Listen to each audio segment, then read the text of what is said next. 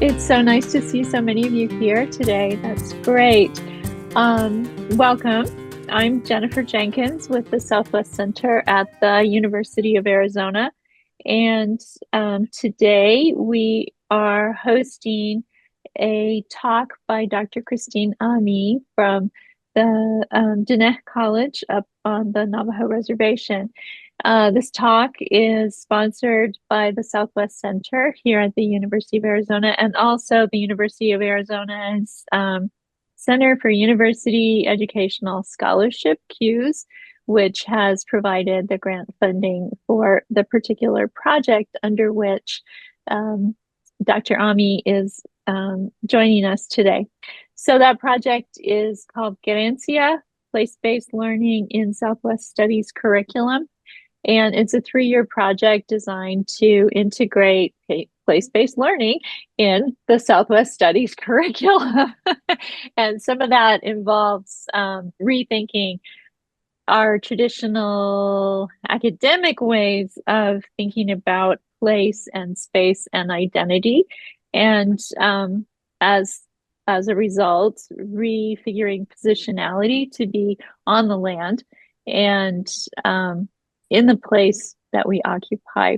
And on that note, I should note that the University of Arizona sits in the state of Arizona, which is home to 22 federally recognized tribes and at least 6 ancestral cultures.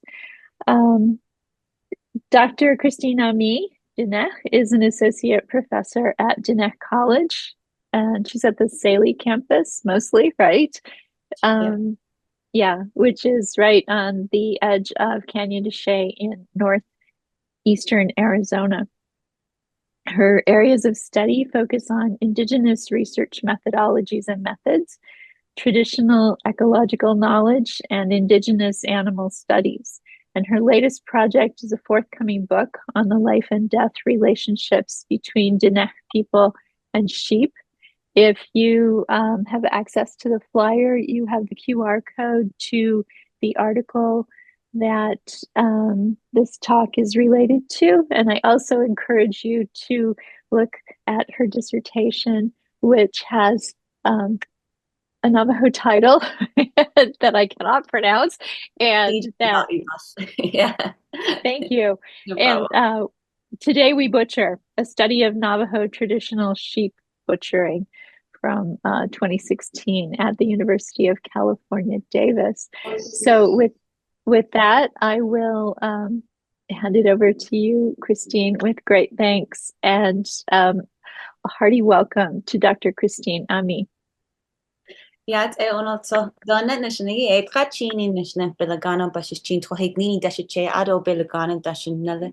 Then a college the national ado the Querencia I hear had Donana, Jennifer and Rhiannon and everybody that that I've been seeing actually kind of throughout the internet journeys that we've been on the past couple of years, especially with the onset of COVID. Thank you guys for inviting me today and to talk about this space. It's kind of funny because I started out in Latin American studies and spent quite some significant time in Spain, understanding how the Spanish archives talked about Indigenous people specifically of the Southwest. And it was actually sparked because the program that I came from over at the University of Maryland, they were really hyped up on like the Treaty of Guadalupe. And I just saw a lot of sympathy and empathy at the same time overwriting, right, of Indigenous, when we talk about ancestral landscapes, like where do we sit ancestrally and how do we start diving into them? And of course, at that time, there was very little Indigenous scholars, including in the Southwest, that had the opportunity to work with and talk with and teach our own. And that was just the general norm. So when I was in Spain, working on the Southwest from the Spanish perspective, it was quite interesting. It got a lot of apologies, which was very awkward to start to think about and look at white guilt, not necessarily through the eyes of a phenotype, but looking at white guilt as an onset of, epistemological origins. And so understanding what place meant to them, what pride meant to them, because then I went into Mexico to really work with the archives that were over there. And, dealing with phenotype became something abstract almost. We were looking at what's going on inside. How does colonization set in? How does pride set in? How does nationalism, right? And at that time period, we were talking like matriarchal, like the motherland's ties that cling to the Spanish blood. You hear that was very, very much a common pride source. And then Mexican history was wiped out. So you see all of these like overlapping of, people trying purposefully or unintentionally, consciously or not, if that exists, to subvert each other, just trying to find space for each other. And so that really started me to understand, okay, well, there's all these different perspectives. Everybody's fighting for space. How do we come to some sort of happy medium? And how do we do it while privileging all the voices that contribute to the land? So I'm going to go ahead and do a SharePoint, but that's kind of give you a glimpse of where I see. And even when I was over at Davis, I got a lot of kickback having to explain my positionality, understanding that, Navajo lands was originally taken over by Spanish people and Spanish policy primarily. So I was looking at economics and how that infiltrates, because I mean, even if you look today, economics is the driving force. So how does that change how we think inside? How does that change how we relate to each other? Because when it comes from, a Navajo perspective, when we talk about and kinship, that is really the origins of our economic system. And so that is also something even for our own people to kind of settle into and understand that relationships and what Mark says is the crises of Jeremiah. I don't know if Jeremiah, if you remember taking Neil's Marxism class with me, but that idea of what's going on with the crises in the system is that extraction of kinship. And when we understand that kinship is actually the core of our economic system, and what we do with it is really it is understanding those hierarchy systems, and that those hierarchy systems exist even within Indigenous societies. Despite the fact that we have fought so hard against capitalism, we also have to recognize that those kinships. So all of that builds in, because when we take a look at monies and we look at funding and we look at trying to fit in curriculum and trying not to step on people's toes in academia, it all goes down to economics, both in the kinship world and also with capitalistic enterprise. So those are kind of the things that we have to keep in mind when we're doing curriculum development. So I'm going to jump into my talk today. And if you guys have had a chance to read that very lengthy piece that I had published, thank you for bearing through those 42 pages of story and I guess exploring of how far I could write and how far I was allowed to legally write about the topics at hand. And for those of you guys who know me in person, you know that I'm a very honest speaker. So feel free to interject at any point. I'm going to rely on Jennifer for any assistance if you see hands pop up. In terms of interrupting, it's never an interrupted thought of mine, since I'm constantly going off on tangents. Please join me and lead me on one with yours. And so the title of today's talk is really about, do you engage in epistemological dominance in academia? And if you are reading this, or if you've read the flyer and you've purposefully not come to the talk, you have at some point, yes, even you. I'm talking about all different types of skin. I'm talking about Indigenous peoples. I'm talking about Chicanos. I'm talking about gender orientation. Everybody in this space has engaged at some point with epistemological dominance in academia. And I start off this talk often with this bingo card, if you guys can see.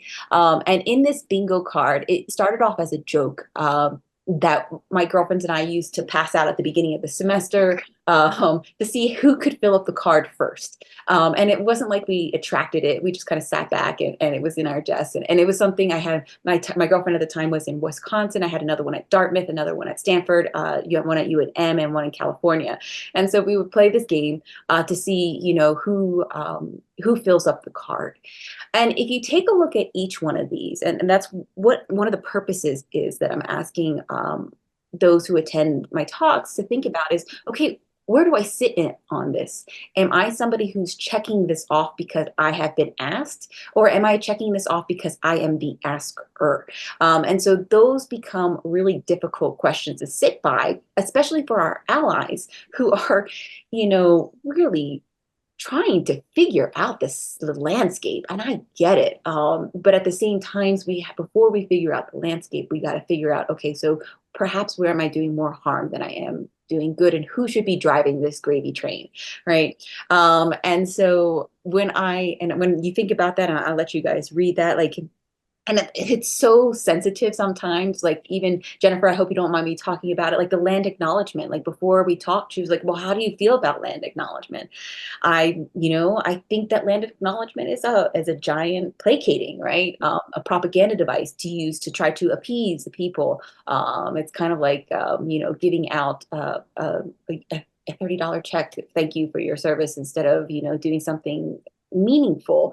And so those are the kinds of things. I am huge into land back, and we're seeing that happen. And I'm more on the lines of looking at non-human animals. So like what's going on in California right now with the dams coming down and animals being able to return to habitat transportations and homecoming, this idea of homecoming, because indigenous peoples have been removed from their landscapes since time immemorial. And that's something that us as indigenous peoples also need to recognize, is that being removed from a space is not new to us.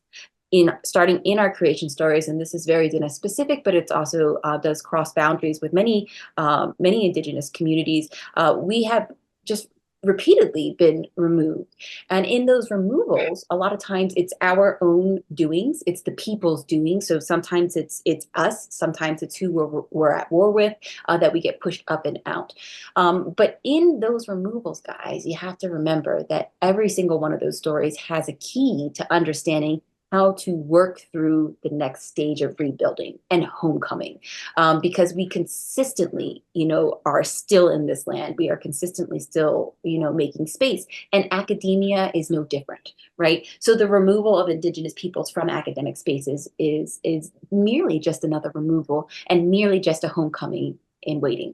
So those are the things that I tell people to think about. And like I said, so far this fall semester, this is where I'm at.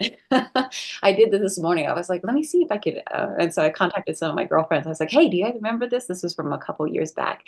The grant approval one is a huge one.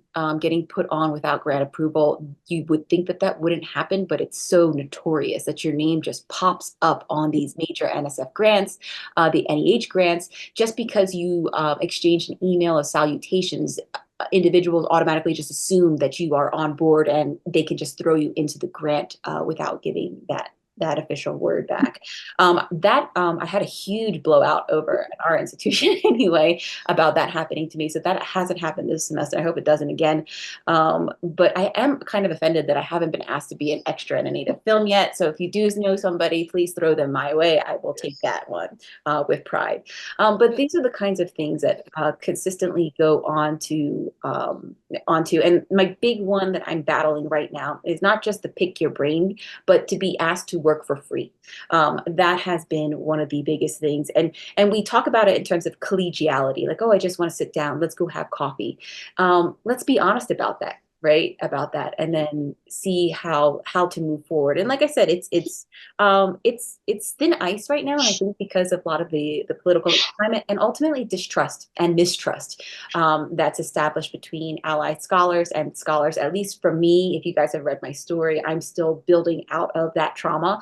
I think I've come a lot to terms with it, but these types of bingos you'll see pop up on the internet quite frequently because it's something that's so expected now.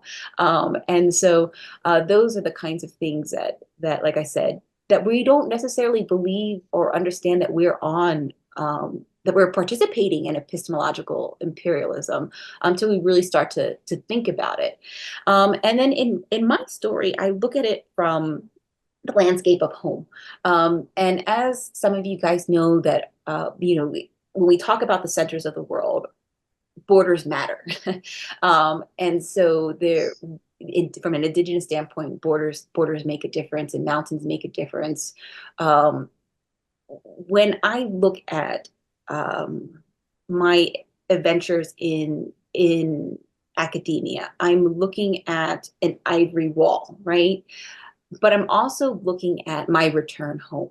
And my return home is built from these mountains that were placed here during creation periods, and that actually underneath the mountains, and I'm happy that I could talk about this now, so the timing of this talk works really well, is where these monsters were buried and severed down. So for my Navajo individuals in the audience, I can see a couple of you guys.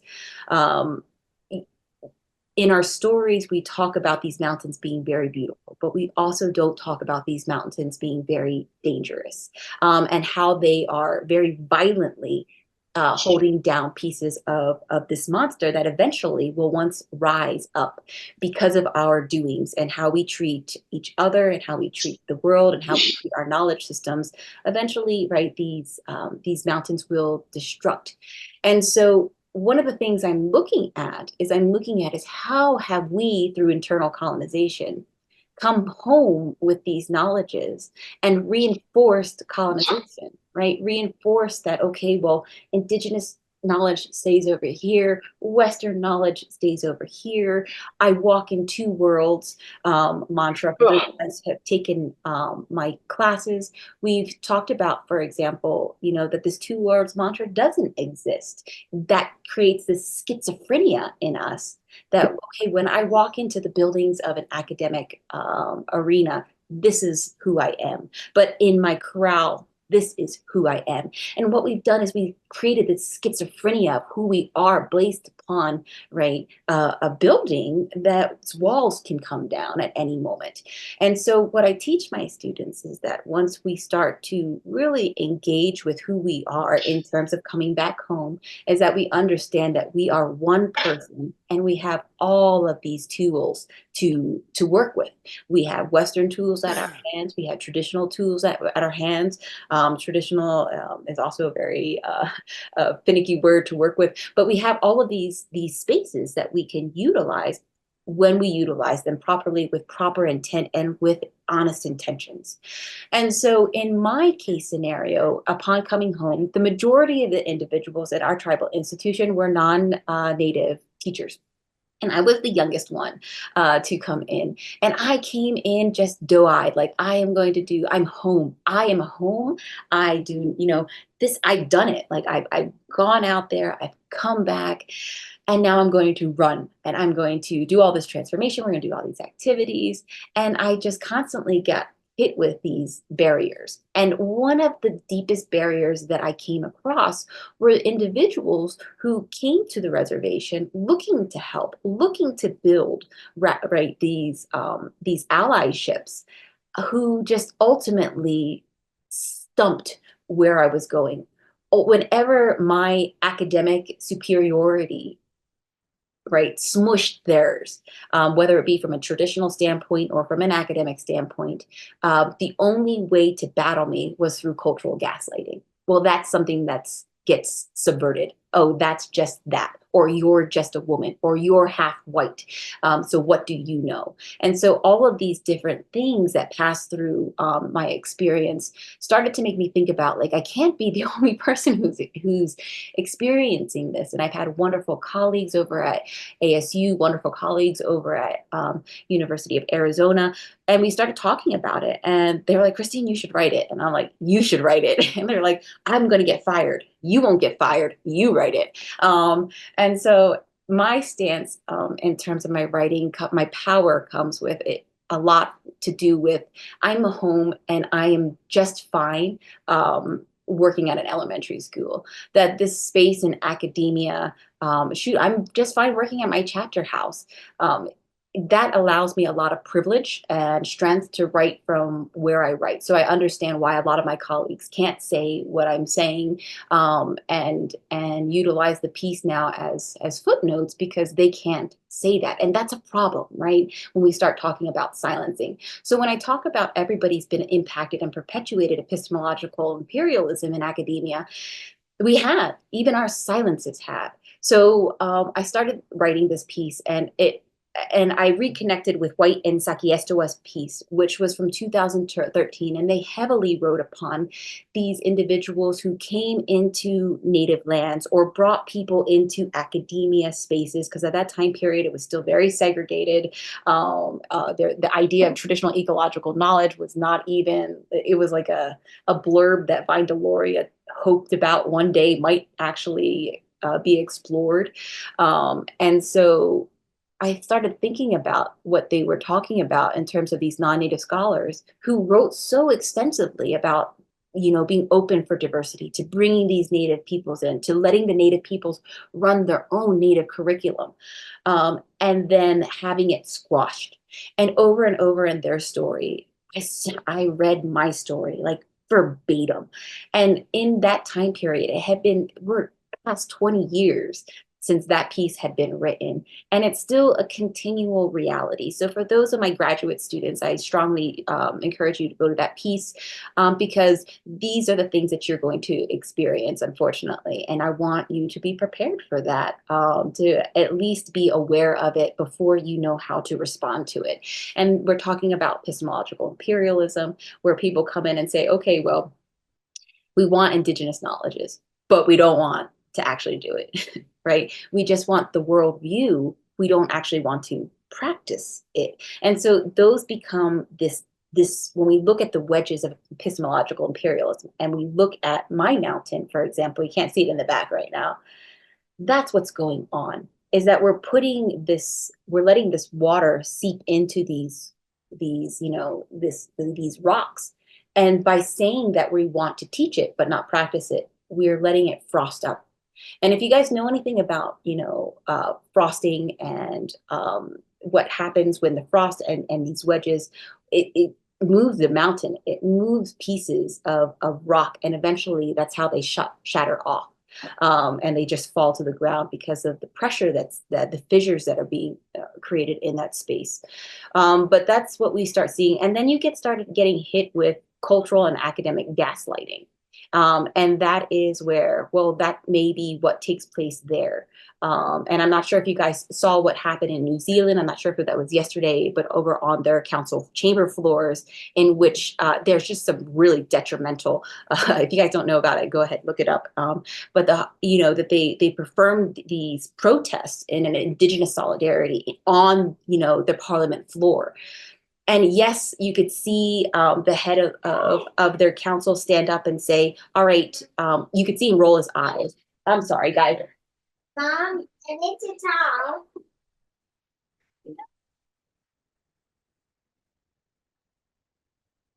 Sorry, guys.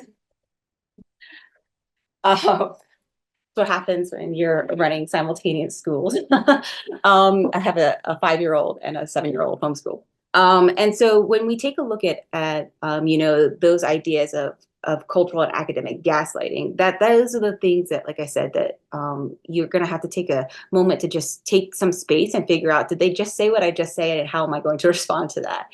And then ultimately there's white supremacy. Now, white supremacy, before I move forward, is something that's not stuck in phenotype. And to be quite honest, some of the most challenging conversations and talks and workshops that I have run have been in STEM, and have been with individuals who aren't phenotypically Caucasian. And they say that, well, they can't be perpetuating, right, epistemological dominance. They're not participating in white supremacy because of their phenotype. Look at them. And that has been one of the most difficult things to break through, is that just because, right, you have color in your skin, just because you're indigenous, just because you may come from the same tribe that we're in doesn't mean that you're not engaging with white supremacy and siding with it and perpetuating it.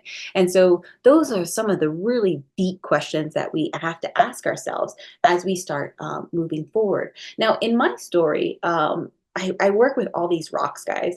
My husband's a silversmith, so it's very easy for me to read rocks, and I come from a traditional standpoint in which we are able to pull out rocks and make our offerings, make our prayers in the way that we need to do. And so when I was coming home, I thought that I had a safe space because I was going to be working in a tribal college. Now, I know many of you guys are working at these state institutions, so it's kind of a little bit of a like a flip-flop, but you would think that it would be easier for me to work with these ways of knowing within a tribal space and tribal academia.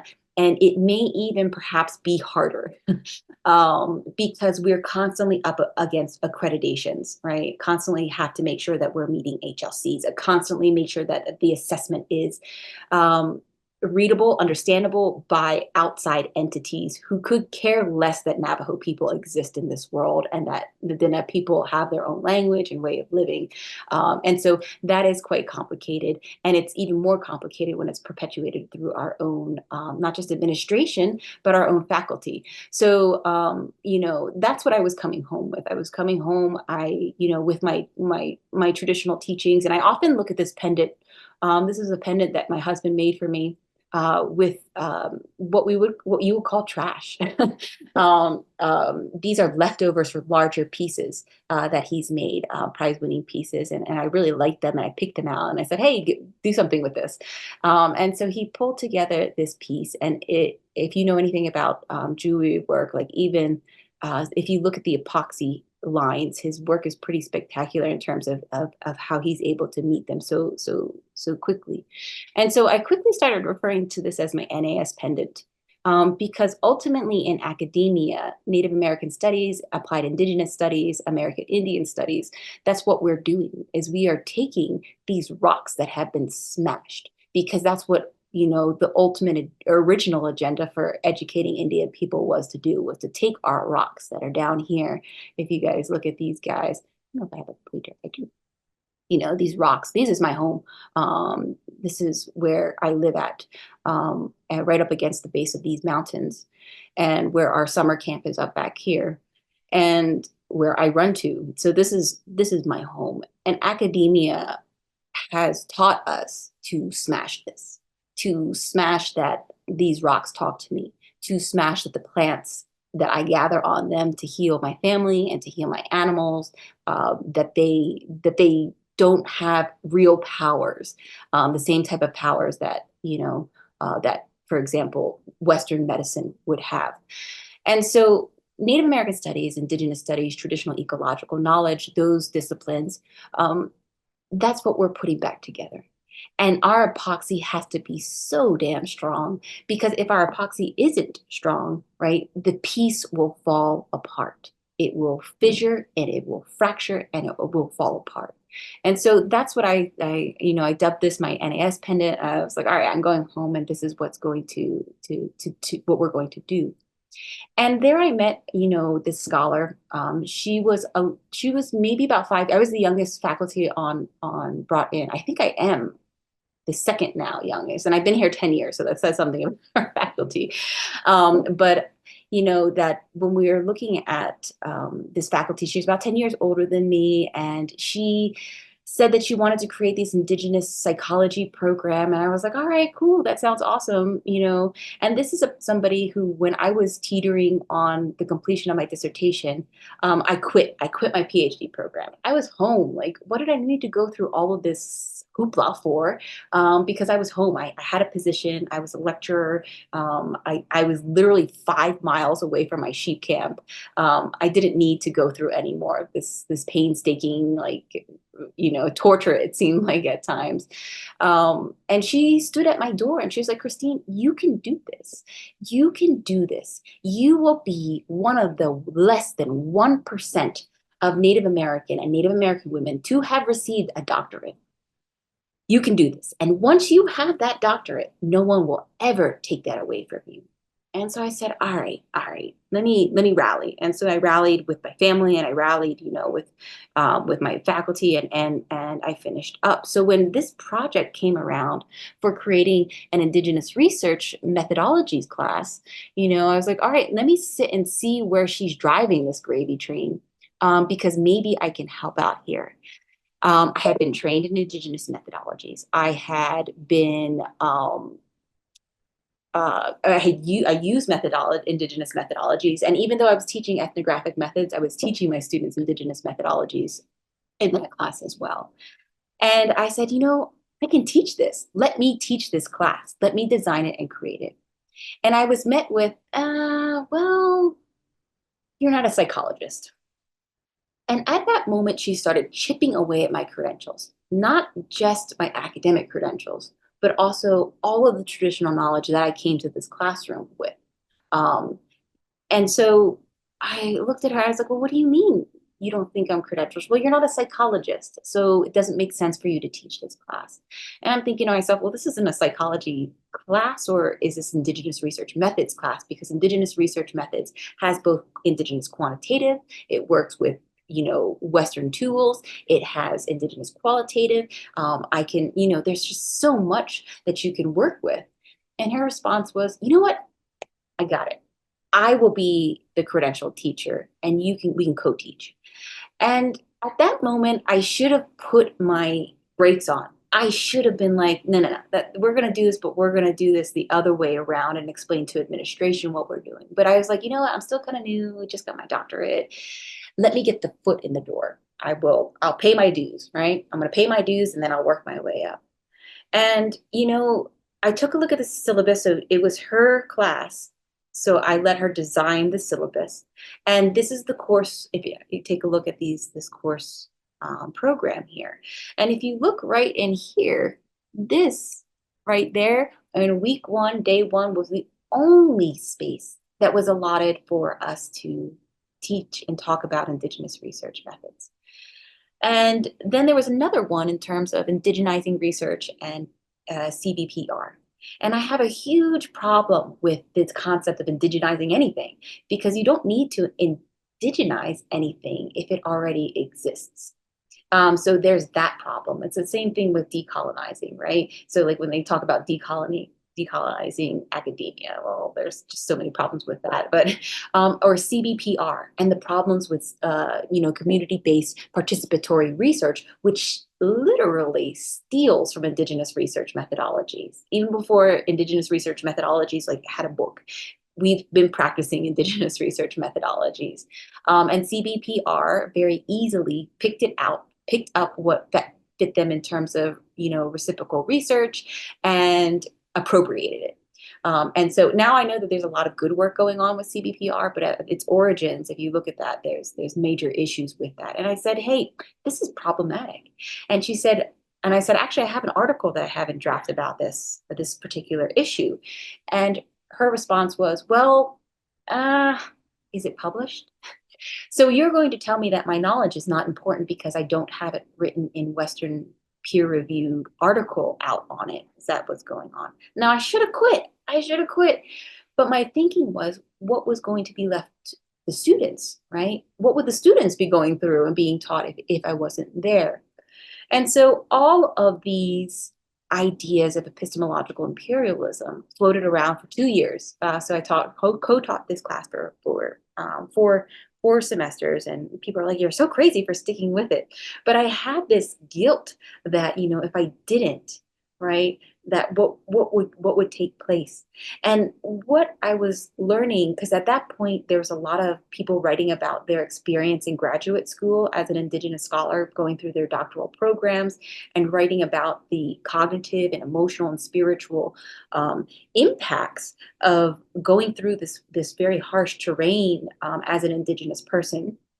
What I had realized is that everything that they were talking about in graduate school, it follows us into our place of employment.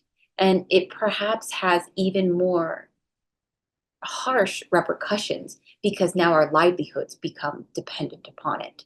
And so, man, it was just a one after another. No, no, that's too indigenous. That's too this, that's too that. We don't have time in this syllabus to do that. So even teaching about reciprocal relationship building became problematic. And so I started to understand this through a lens of cultural gaslighting, which gaslighting was a term that she introduced me to, by the way. So to understand those kinds of things, like I said, I tell my students, don't throw the baby out with the bathwater when we're dealing with academia. We learn and we utilize both Western frameworks and Indigenous frameworks, and we pull from them not how it suits us, but how we see the pieces and the epoxy getting put back together. And so we started seeing I started seeing and experiencing all of these cultural gaslighting. Even gender came into play. So she was married to a Navajo person who was very highly Christianized, and that's another discussion that we can also have at today if we have time or at a later point. But when we take a look at those things, her husband's opinion got more weight in her classroom than my opinion, even though I was a co-teacher, right? So those are the things that these family dynamics and nepotism that came into play in the classroom not only impacted our relationship that we had, but it also became very harsh for the students to understand what we were doing. And I started seeing, experiencing all of these micro, macro aggressions that were taking place that I was engaged with, because here I am 4 semesters going through all of this and I'm not saying anything. I'm not reporting anything to DHR because at that point she was my chair. She was my direct supervisor. She was the head of IRB. You start seeing these individuals covet these roles, right? I call it the ally superhero, flagship, because they're like, okay, well, I have to help the people. I have to help the people. I have to help these students. I'm on their side. And so they take on all these roles. But what we start seeing is that these individuals start developing and literally injecting into every area their understanding of how things should be, instead of understanding that when we talk about, right, Indigenous curriculum building, it should be coming literally from the ground up. And so credentialing process, everything that she said about my degree counting, or the initiations that I've had in ceremonies, or the ceremonies that I ran or I helped with, right? Knowing 9-night scenes, being able to sit up all night and do all of that work, that didn't matter anymore because I wasn't a psychology professor. So everything that she said in terms of not taking away from me, she took away from me. Nepotism, the idea of co-teaching and not giving me the credit or having her have a backseat. Superficial inclusivity of Indigenous ways of knowing. Let's put it in the title. Let's talk about it for a half of a week and let's move on with what we got to do. The silencing over and over again of just no. We can't do that because of credentialing, which is, one of our biggest things when we run into in any institution. Well, the credentialing agency won't allow us to. The credentialing agency won't allow us to. Well, then how important it is to your program to actually advertise it as such. So those are the things that come into mind that we have to keep into the arena. And ultimately the theft of credentials, because she ended up leaving the institution. And with her, she took all of my co-teaching classes, as I was no longer the instructor. I wasn't the instructor on record. She was. So she could then put it in her portfolio when she went to NAU that she taught Indigenous research methods, when in fact, what she was doing was not teaching Indigenous research methods at all. And so those are the kinds of things. And she got the job because of that class. And those are the things that, yes, you built a great program. Yes, you did all of this stuff. But when it comes down to it, and you're literally taking and coveting somebody else's, knowledge for your own benefit, it's more than a DHR method issue. It is an ethical of how are you establishing those relationships, because relationships extend beyond any wall. It extends beyond my NAS wall. It extends beyond my mountains wall. It extends beyond the ivory tower wall. Relationships, are meant to endure an understanding of how to stand strong for one another when those times come, not when how can I profit from this and then move on, because that's what was taking place, is that we would see these individual profit that was being taken out for the sake of an employment gain once they leave. And that's very typical. At least here at tribal colleges, you see individuals come in to get the tribal college experience, get the res cred on their transcripts or on their resume, and then they peace out so that they can say, okay, well, I taught over at this tribal college for 2 years. I taught at this tribal college for 3 years. And you'll see it on people's resumes. And so I always become very critical when I'm on, those types of committees at outside institutions, because I say, well, why are they only there for 2 years? Where's the relationship building going on? Why did they want to leave? And those are personal questions, but they matter, because building relationships with Indigenous community members is a personal question. So is it just for that gain that's taking place? So you always have to check that, like, am I doing that? And it's not just allies. I see that with with Indigenous scholars. I've seen people come to our institution, build Indigenous creative writing programs, and then leave and say, okay, well, I gave back to my community. Now I'm just going to peace out. And then so you use that time and space to give back. And Indigenous peoples, those who practice and go out to pray and, are learning and have that hope and that space in them that they can learn and they want to learn, we don't ever give back, right? And if you know anything about planting, and if you start talking about if you start talking about these corn pollen rows of life, when that pollen goes out, when those seeds are stored, it's always for the future. It's never for us. It's never for the past. And so when we talk about like revitalization programs, why they don't function is because we're not reviving anything, because they already exist. How do we plant them forward? Even if that means that I am not going to be the direct beneficiary. All right. So say if I wanted to build my language skills, and I know that I have a horrendous accent, and I know that people are going to make fun of me, I will battle through that, because it's not for me. It's for the next generation. And so that is a change in understanding and framework and relationship building, that this isn't for me now, right? This isn't a Band-Aid. This is for the future. And so relationship building becomes really important to that. So I look at these individuals when we engage, including myself, as Ma'i. Ma'i wanted so much to be part of the placement of the stars. For those of you guys who are familiar with coyotes, just ultimate desire to be part of what was going on, this big thing that was taking place, whether it be grant writing or whether it be the placing of the constellations, and say, hey, I want to be part of this.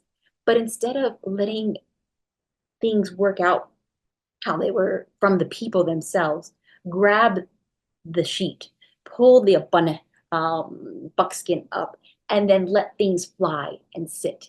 And in that flying, are all of these unintended consequences that take place. Now, with the story of Coyote, maybe that's where they were supposed to sit. And so maybe my experiences with what I call Dr. Ma'i in my article is how it was supposed to be, for me to understand that, to talk about it, to explore it, to teach others about my experiences, to understand their experiences. Because I don't believe that Dr. Ma'i has an ally, or anybody who happens to stumble across the role of Dr. Ma'i means to hurt anybody. I don't think that anybody really goes into education. I know we don't go into education for profit, that's for sure. But to go in to hurt anybody, we really want our students to benefit. That's who we're fighting for. In my naivety, in my hopefulness, that's what I believe. And I don't believe that she meant to directly attack me, but that was the result of throwing those stars up into the air without actually engaging, right, Indigenous knowledge systems. And so ultimately, it's been a very long process in terms of rebuilding of who I will establish relationships with. It's left me extremely skeptical, despite the fact that my professors and my community members prepared me for this. And it's been going back to the mountains. It's been going back to these mountains that they shed, they fall. They are witness to everything that has gone on here. They've been witness to the Spanish arrival. They've been witness to, long walk roundups. They've been witness to the Boo administration. They've been witness to, the building of Diné College. They will be witness to our demise. And so those are the kinds of things that I take into consideration now, in terms of what I believe is good for Indigenous curriculum, how to teach Indigenous curriculum, and how to engage with people who want to work with Indigenous curriculum. Because just because we're Indigenous doesn't mean that we know the language, doesn't mean that we know the practices, doesn't mean that we go to sings and know what sacrifice means in terms of ceremony, being able to sit up and watch cancer be cured. That type of power that when a lot of like my STEM colleagues sit down and say, what do you mean cancer was cured? I was like, yeah, it happened. And to explain that in a Western sense is that, okay, well, you mean that the chemotherapy that they were doing worked. Yeah, that too, but we had a scene. We did this. They did this. I saw this happen. And that type of belief system is what's going to really need to be trusted in order to build an Indigenous curriculum across the board. I'm talking about STEM. I'm talking about even Diné studies. I'm talking about Chicano studies. I'm talking about all of these studies that get so often classified as ethnic studies, right? They need to go back to those origins, and you have to really trust them for them to survive. And so when you see that happening, you see all of these, changes that we can do to curriculum. And yes, I had to put it into a syllabus, which is so difficult to do, right? But to see what we're doing with the original syllabus and how we're able to remember, right? Remember I was talking about my NAS pendant, how can we epoxy it? Because sometimes our jewelry breaks. And in my article, that pendant that I had actually broke at a really pivotal moment that some would say would be coincidence. For me, it was a moment to pause and figure out how to fix things, because things were pretty much unraveling quite quickly for me as an individual. And to understand that when I listened to my husband speak, and he's a silversmith, and he says, we can't fix that pendant where it broke. And I said, well, what do you mean we can't fix it? And he says, we can build it into something new. It's got to be something different, though. It can't be the same fix. And if you look at that at any curriculum, at any inclusion of Indigenous peoples or ways of thinking into curriculum or engaging Indigenous community members, we can't just keep trying to fix it where it continually breaks, right? It's like putting a Band-Aid on something that's gushing blood. You got to figure out, how do you cauterize? And then how do you start to epoxy it back together? And how do you build it into something new? And so those are the kinds of things that when relationships don't work out, you have an opportunity to fix you and then rebuild that relationship into something else and something new.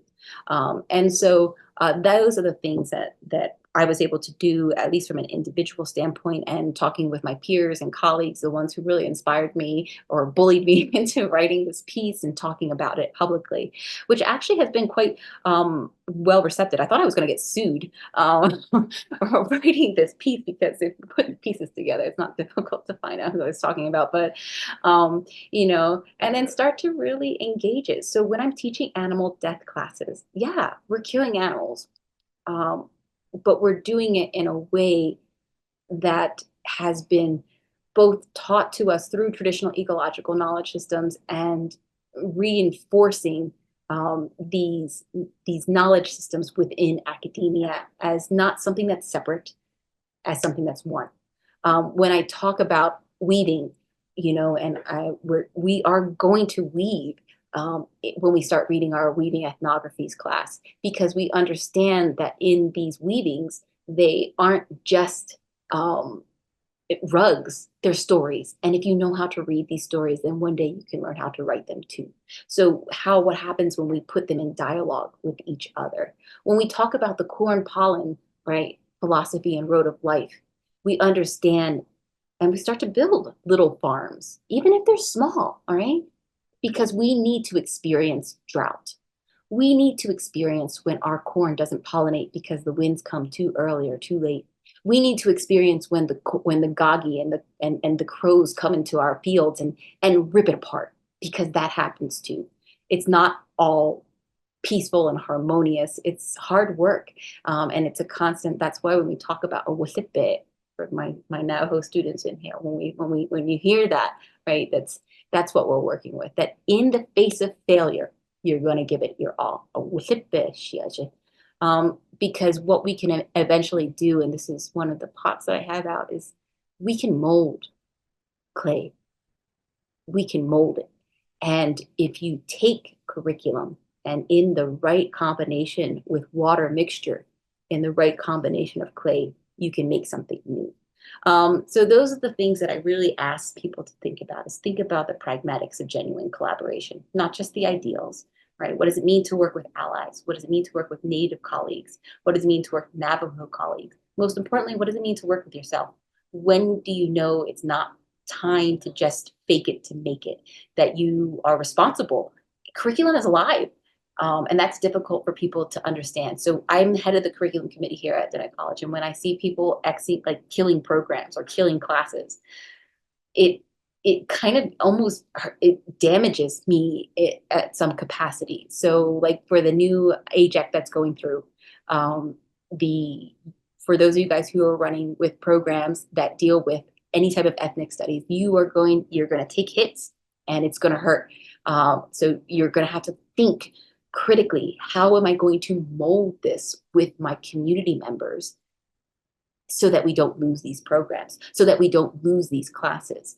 So if you guys haven't heard about those AJEC changes, yeah, they're happening. But those are the kinds of things that we need to think about and see how we can remold them and reestablish them. Like I remember when they took the archery classes away because physical education was taken away as a degree requirement. How could NAS take that back? Right? How can we turn that into a kinesthetic academic class to teach colonization and decolonization and self-determination? Those are the kinds of things that you have to sit around, and you can't do it in a silo. You have to work with archers. You have to work with people who are actually on the bow and on the field and hunting. And so those are the things that like I said, it's not easy and it's hard. And sometimes your community members quit because they can't. But you need to also recognize that in the end, it is worth for me anyway, fighting to establish these relationships. And these are just really for me kind of ending thoughts for you to think about, right? Is especially for my people who aren't indigenous to the Southwest region, where are your own indigeneity roots at? Because my husband always tells me this, all of us are indigenous to someplace, right? All of us are indigenous to someplace. And I'm not saying go back and reclaim, right? I'm saying that you need to understand where you come from before you can understand how to root something that's here into itself again. So understanding that becomes very, very crucial starting point for you. And for my indigenous peoples, that also deals a lot with, very heavy topics, everything from language and culture to urban, right? These urban constructs that exist, and breaking down this idea that there's this two world mantra, because there ain't no two world mantra. We are in one world, and what you fill that world in as one person is the sum of you, not two parts that is one split up here and one split up there. And so those are the kinds of things that I ask my students to think about, and to think about, and even journal. And some people feel funny about it, especially for some reason, my STEM people just feel funny about journaling. But my STEM people are the best cultural artists out there anyway. And that's a side story. What drove you to work with Indigenous peoples? What drove you to work with the borderland studies? What got you here? Because if you don't understand that origin, you don't know where you're going. And have you shuttered away from or embraced reviews of programs that include Indigenous traditional ways of knowing? How do you assess that? How are you open to assessment, right? In that, and how have you dodged and dashed engagement with Indigenous paradigms? That includes utilizing acronyms. One of my biggest pet peeves here at the college is the is often referred to as SNBH. Why? Because it's difficult to say, because we don't necessarily understand it because, it's awkward, it's hard to remember, right? When we talk about it's a life learning process, and it's a person. It's a very old person who's experienced all things good, all things evil. And so getting to know that entity is more than just understanding a college mission statement. It's getting to know the people that you're working with. And so, how do you work with traditional knowledge holders? When are you just paying them out? Do you just pay them with cash and just move on? Or are there gifts involved? Gifts that are beyond monetary compensation. Anything from, yeah, shoot, I have a braided grass here.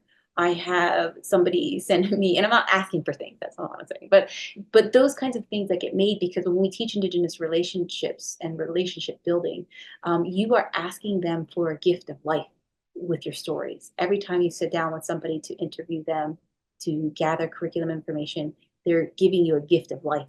And what are you giving them in return? Because money will eventually run out. Can you give them something to cook with? Have you cooked for them? Food goes, is quite a wondrous, wondrous tool to work with. The big thing that I ask you guys here is, when have you remained silent? Because this is where our engagement is quite challenging. We we bite our tongues, right? And then we talk smack, mad smack after meetings, right? Can you believe he said that? Write him up, right? Write them up. Say something in the moment, something wise, not something outrageous, but be wise. But those are the kinds of things that you want to think about when you're working with Indigenous community members. And there also has to come a time when they stand up for themselves. And that is also very difficult when we're dealing with programs. For example, Indigenous studies programs, any program that is, has this ultimate aim at building in a worldview that's outside of our own or another. Who should be driving this, right? Who should be driving this? If you don't have the buy-in here on the ground, and you're just bringing in grant funding, like I look at, for example, like Land Grant, who does such amazing work off of grants and collaborations.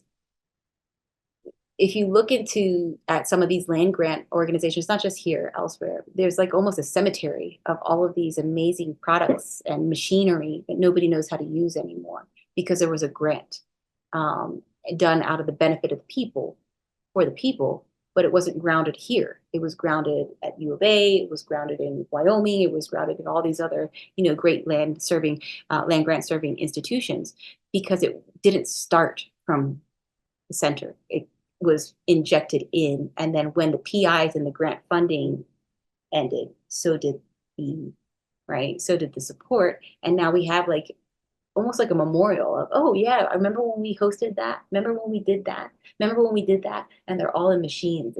It's like a graveyard to pass by and walk through and see all of these great relationships that weren't sustainable. So in the end, you want to make sure that your sustainability is your top priority. What is that sustainability? And if the sustainability is not there, you need to be very real with your participants in terms of, okay, well, this is a short term. We're coming in to do this. This is what we hope to aim for, and then once the money's out, then we won't be able to fund this any further. You don't also want to give them the pressure to continue running the program on their own if they can't. I think about all of the different hats that I wear here on the institutions, and learning how to say no is so difficult, because if we say no, we know it's the end of a program and an end of opportunities. And so those are the kinds of things that you have to think about when you're engaging in these on-site relationship buildings, is that oftentimes they become challenging in sustainability, and they create this indebtedness to try to make it happen. And then we're unable to do it. And it creates such a tremendous burden on us, because not just a time burden, but even letting it go, we also have to kind of grieve that letting go part, because we know the potential, but we also know that our own physical well-being is trumps that. So I'm not sure. I hope that helped to speak to you and to the topics at hand that you guys are worried with, or worried about. But I'm not sure if anybody had any questions.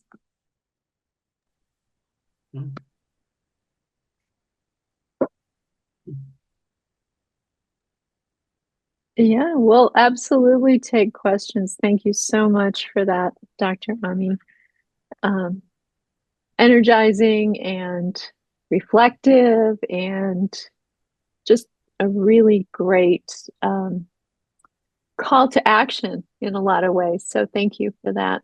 Does anybody have any questions? Mhm.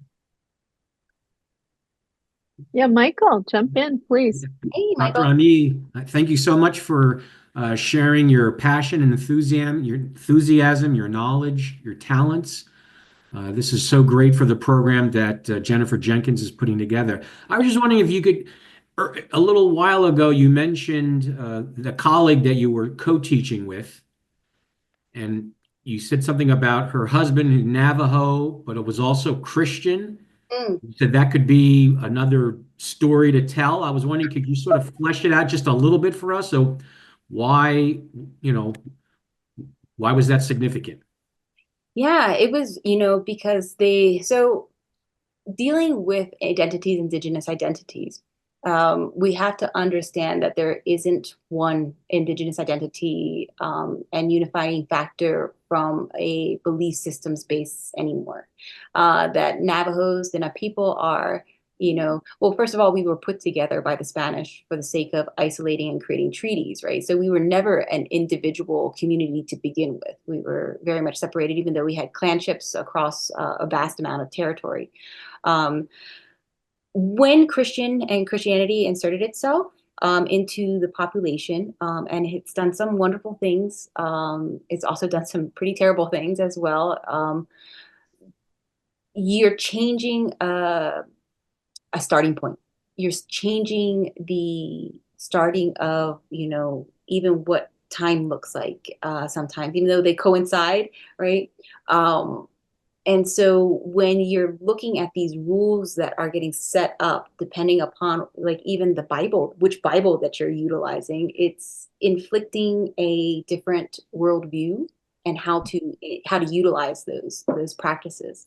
So when we're dealing with holistic well-being, understanding how to treat holistic well-being from an Indigenous, Diné-centric perspective, and then having it driven by somebody who was very much from a born again arena, it became problematic, because then what happens with all those ceremonial, right, treatments? What happens with all of that, those arenas? Now we have a huge population who, partake in all of these different practices of belief systems. Many do a lot, like they support NAC, they support the ceremonial, like the 9 nights, and they go to church, and so you have all of these individuals that are pulling from all of these arenas. So it needs to be very clear, well, what's the agenda here? Is this a Christian savior complex that's associated with this drive to create an Indigenous-based curriculum here, right? Because we see that not just in this white savior complex, there's also a Christian savior complex that is quite frequent, that you can see take place throughout the reservation, and I'm sure in other socioeconomic areas as well. So what's your end game? That becomes one of the questions that comes into play. And if you are so grounded in Christianity, then how can you speak to this group of people who come to the college, who are trying to understand, who are trying to really reconnect and remember themselves in that fashion? And so how do you hold back your reins and let those practitioners speak? And so that became a problem, because at least in this particular class that we were teaching, understanding the concept of making offerings was something that we addressed. Mhm. Uh, And so those are the things. Yes, he is. Okay. So those become very careful questions that you have to dialogue with. Now, I've had some great individuals who are that was a big thing. We've had some atheists, for example, students come through the program, and here I was teaching this Indigenous research methods class, and we were forcing them, right, to engage with Indigenous research methods. Um, how was I doing more harm to these students by trying to force them to re-engage with these practices, to trying to force them to re-engage with these languages, to try to force them, right? I was in the hamster wheel with everybody at the same time because, you know, not Indigenous research isn't for everybody. And so the way that the program was originally set up is that everybody had to take Indigenous research methods and everybody had to do an Indigenous research methods project. But if that's something that wasn't aligned to your belief systems, if it wasn't aligned to who you wanted to be or who you wanted to work with in the future, why am I forcing you to reconnect with a culture that you don't want to reconnect with a culture? And so that was something that needed to be addressed. And I addressed that after this individual left. I actually created two different classes. One where we taught about Indigenous research methods, so at least people could understand when jargon was being used.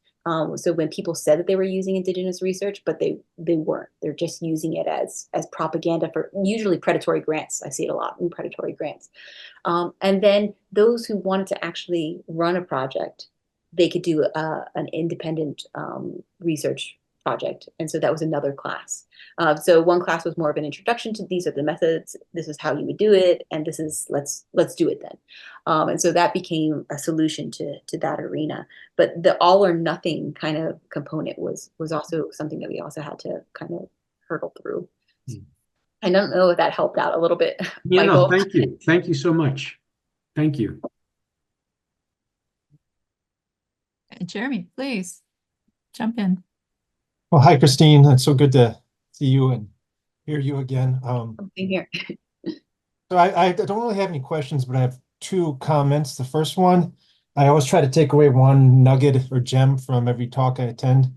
And the one, you can give your husband credit, the one about the pendant. And sometimes instead of fixing it, you need to build it anew. That'll stick with me. So give it, what's your husband's name, Carlos? Carlin Ami. Oh, I give him credit for that. I won't. The second thing is build his ego anymore. okay. Well, it's up to you then. The second thing is, I see some links between what happened to you and the founding of the college I work at now, which is Dartmouth College. So as some of you may or may not know, Dartmouth was founded 1769, 1770, supposedly in the charter as a native school for native people. It was founded by a white Christian preacher, but he worked with one of his proteges was a Mohegan preacher named Samson Occam. And Samson Occam went to Europe to raise all these funds for this school. And he came back and provided all his funds. And kind of the reason all these Europeans gave Samson Occam this money is because they believed in this mission to Christianize native people. Well, eventually, Wheelock, which is the white founder's name, he abandoned that effort and formed a school that just served white males for the first 200 years. So that was some form of like 18th century, I guess, credential stealing, or you could define it in different ways. And we're just now in like the last 20, 30 years trying to recognize Samson Occam's role in founding the school. And it's only in the last couple of years that some correspondence from Dartmouth now mentions Samson Occam as a co-founder. Because he raised much of the money and then he was kind of let go. So no question there, but I just wanted to show that this is part of a long history, you know. Yeah, it's like the origins of predatory grants. And you see that, right? And so and I do see the same thing. When people start throwing this jargon, and I do a lot of grant writing, reading. So I look at a lot of grant readings for people any age, NSF, those guys. And the question becomes the feasibility, right? What's the feasibility of this? And on paper, it looks great, right? On paper, it looks great. But when you get down to the nitty gritty of it, like what's the easiest thing to chop off is always going to be, it's like the syllabus, like taking like Native American or taking a literature class, like an ethnic literatures class, and Native Americans always at the end, and it's always the first to get cut. Right. Because you run out of time, and teachers like, oh, well, I really wanted us to go through this, so we can't make it, read it on your own. Right. It never makes it up to the front of the syllabus. And so those are the kinds of things that when we look at like predatory, like I said, predatory grants is one of the big areas that takes place, is how do we work through that and start to actually engage it. And for me, the only way that I can come to some sort of sense to it is to sit on these committees, right? Is to sit on them. So when those requests come in, like, Christine, can you do a reading for this? Can you do a reading for this? Can you do a reading for this? We can give you $250 for 2 weeks worth of reading and combing through these extensive NSF grants. Those are the things that you also like keep in mind, like, and they bring, and then they also bring specific people on. Like, I know they need people for one of the reads that I did recently. They needed somebody because they had some pretty racist projects that come through, and they couldn't comment on it. So they needed somebody to comment on it. So they very hand select the individuals. And that's also part of, right, that epistemological dominance. They can't stand up and say it themselves, that they need to bring on somebody to do it for them. And so those are some of the realities that I've experienced. And I play into them when I need to, because sometimes it's guilt, sometimes it's money. And those are the kind of thing that we start to try to balance out. Quick follow-up question: has your college adjusted tenure requirements and tenure review, moving away from like Western ways of granting tenure? Yeah. How does that work there? Tenure, which is problematic. Yeah, Oh, we okay. don't have, yeah. So we have like this pseudo ranking process. So I'm ranked, but I'm on a 2-year contract. So, which is problematic because now we are not only contributing to the like the watering down of the tenure system, is that we're also portraying our own faculty, but not elevating them to the prestige that we put forward. So that's not just happening here in tribal colleges. We're seeing that happen in community colleges too, that there's a ranking system without benefit of tenure. And so those are some of the things that are it's challenging for academia as a whole, because we want to be in that realm, but the institution or is not wanting or willing or the system, it's not just the institution, system isn't willing to make that space. So we'll do what we can within the boundaries that we can, but it's always at the detriment of typically faculty. So that's how that comes into play. Even like research, like like trying to fight for like research workload to actually write. And why does it take me so long? Why did it take me so long to get this freaking book out? Well, because I'm teaching 5-5. Last semester I taught 7 classes in one semester, and so those are the things that the realities. And when we take a look at working with our peers and like asking them to collaborate, yes, we are collaborating the best that we can. And so if we fall off the face of the planet, it's because we are teaching 7 classes. We are at home and we're taking care of livestock. We are at home, we are taking care of agriculture. And that's not everybody here. I mean, that just happens to be my family. So we have those realities too to kind of work through. At the same time, I'm still very fortunate to be home, to be teaching where I'm teaching. How many people actually get their dream job? And the dream job comes with challenges. But it's always challenging somewhere. The grass is never greener. I write about it, and it was funny because this individual moved to like the Tuba City campus, and so I was writing about it like the grass is always green. It wasn't greener on the other side, and I was like, she had no idea what Tuba City was like because there's no grass in Tuba City at all. But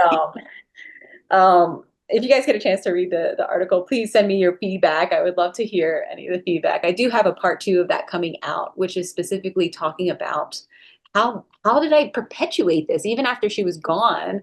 Like dealing with, for example, I'm so glad that Michael brought up the question of like, you know, different religious backgrounds. Like I was forcing students to take, I was continuing to force students to take Indigenous research methods and perform Indigenous research methods. That could be so damaging, damaging not just for the student experience, like trying to, like, I don't know how you would say that instead of like, I don't know, I don't even have a word to coming for it yet, but like, instead of converting them, like unconvert them, like, I was forcing that, and that's not my job. That's not my role. That's not who I am. That's not what I would want anybody to do to my children or my grandchildren. So why in the world was I engaging with this in my classroom? And so those are the kind of come to life talks that I have in this second piece, which actually, like, if I'm not going to do it in my corral, I'm not going to do it in my classroom. I'm not going to do it in my classroom. I'm not going to do it in my corral. Great. I just want to interject quickly that part 1, I didn't know it was part 1, but anyway, is in the chat for anybody who wants to download the article. Sane, you had a question? Dr. Ami, thank you so much for an enlightening lecture. I'm also an indigenous of somewhere else that's called Morocco in North Africa. So one question that I have, and I really liked also the language you use, we can mold it, right? So I was looking at the syllabus that you co-developed or co-created with the other person who left, right? And you showed also a new version. So I was just wondering about how did you mold statistics? How did you, if you can, share some of your ideas about that. Yeah, thank you so much again. Yeah, we don't think about like Indigenous peoples like functioning in a numeric world, which is my mind, because of the counts. So I do weaving, my warp counts, like understanding twills and understanding how to pull, how that sets layers, like these different layers. Like that's how our minds function. No different than taking a look at ANOVAs, or no different at looking at SPSS, except for mine's on a loom, or in the sky, like doing my understanding geometry and understanding positionality and understanding the positions of the constellations, the horizon lines, and making mathematical equations in order to get time years, to understand daylight, to understand planting seasons, to understand all of the things, comes down to numeric breakdown. And so I start my students off with understanding and teaching them that numbers are stories and stories are numbers. And so let's talk about different languages here. Statistics used to be a different count for a world language in many institutions, because it's understanding a different storytelling process. And so then we went in and started moving into Kipu, of understanding the Peruvian weaving, storytelling weaving, and then taking a look at the wampum belt and how those were actual like symbolic weavings, and then taking a look at warp count and how they sit behind each other in different, like we have up to like, I've worked with 21 petal warp, so that different 21 on one vertical loom. And so pulling them out and having them see the space in between there and saying, okay, well, this is the pattern. So when we're looking at stuff that's statistically significant, when we define it as this, to a very basic, like, go talk to grandma and ask how grandma would explain this. And they always come back in understanding it, like they'll talk about it in grazing permits and unit numbers. These old people understand unit numbers and understanding how to separate and categorize. Where's our bell curve? You can pull that out off of unit counts. So it's not any different understanding what the end goal is. we're trying to find statistically significant to reproduce. So if we're looking at, for example, seed germination or genetics, right? That's what our ultimate goal is, to increase the efficacy of what we're utilizing here. Oh, put it on the table and don't touch anything else. Just put it on the table. No, put it on the table. The big table. Sorry, guys. Apparently they're ready for lunch. No, put it on the big table and I'll be right there. So I don't know what they make. So those are the things that that when you're taking a look at. Now, if you're looking at oh gosh, Henry Fowler is somebody that you would take a look at from a Navajo perspective. Walters and Anderson deal with indigenous statistics. Those are really good general understandings. Maggie Walters has some really great TED Talks and online discussions about working with it, like from like a more pan approach. You always got to tribalize it, but it presents a good layering for understanding statistic numbers. But that's how I work with it. I'm not a statistician. I'm just a weaver, but I can see. I got an A in stats. Yeah. No. But those are the kinds of things that I teach my students to start paying attention to, because we are dealing with numbers, and ultimately we're looking at qualitative. The beautiful thing about qualitative is that you can always turn them into coded numbers, and quantitative data is as biased, if not more, than qualitative data. When we start looking at that, I start to teach my students quantitative data in terms of understanding grayscales and looking at filling that in with an overlapping color scale. So if you take like a warping, that's what you're looking at. Yeah. And once you start putting wool into that and connecting them with English or Navajo words, it's the same story that you're telling. It's just two different pictures that you're looking at in two different languages that you're trying to understand. Yeah. So they start to work with that, and we really push away from deficit statistics. So instead of just working with, okay, well, Navajo people are losing their language by this percentage. Well, what are you as a PI doing as one individual to change that? Because you learn a word, teach a word, use a word, teach a word. Learn a word, use a word, teach a word. Learn a phrase, teach a phrase, use a phrase. So that process in itself, it makes the PI implicitly involved in their statistical analysis, and they can see where they change on that curve depending upon what they're looking at, or if they switch over. And if you're looking at two t-tests, like, have they switched over, or are you creating a new column to start analyzing that you didn't even know existed based off of your personal participant observation? So it's all kind of intertwined, and I try to not teach it as so black and white, as more of a gray scale and a color scale that goes together. And in the end, all white is no color and all black is no color. So if you start looking at it from that, like from a very statistical understanding of how numbers function, and nothing's ever really there, my statisticians I start recruiting statisticians and those who understand the color components. I start to dialogue with the numbers more. Thank you so much. We have time for one more question. Anybody? I actually have one more if no one else wants to go, but I'm willing to, since I already asked a question, anyone else want to ask? I'm happy to hold off. Go ahead, Michael, please. So one of the things I'm interested in is word choice and the thinking process that we embrace and the decisions that we make based on that thinking process when it comes to our scholarship, our lectures, even our public outreach. So I was drawn by your use of the word schizophrenia and schizophrenic in your conversation today with us.